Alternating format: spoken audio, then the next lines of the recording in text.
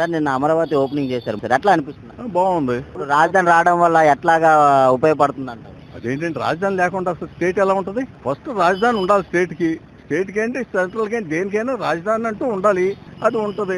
Plus రెండోది అంటే మరి ఫైనాన్షియల్ గా మరి స్టేట్ కి మరి తెలంగాణ ఉంది, హైదరాబాద్ తప్పితే మిగిలింది లేదు. హైదరాబాద్ డెవలప్ చేశారు, మరి క్యాపిటల్ సిటీ అది ఇది అంతే. రేపు అమరావతిని రాజధాని చేయడం ఒకటే అన్నారు, ఇప్పుడు గతంలో మూడు రాజధానులు అన్నారు.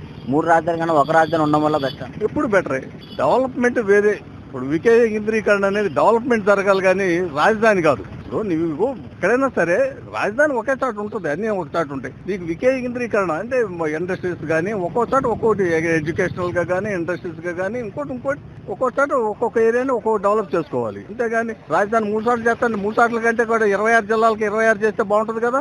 చంద్రబాబు నాయుడు గారు సంవత్సరంలోనే రాజధాని తీసుకొని వచ్చారు. మీకు ఇంకా 4 years ఉంది, ఎట్లా ఉండబోతుంది సార్ ఈ డెవలప్మెంట్ లో విషయాల్లో కానీ, నిరుద్యోగుల సమస్యలు కానీ ఎట్లా ఉంటుంది? బాగుంటుందని అనుకుంటున్నాం. చంద్రబాబు మీద పూర్తి నమ్మకం ఉంది అంటారు సార్, ఐటీ కంపెనీలు తేడాలో?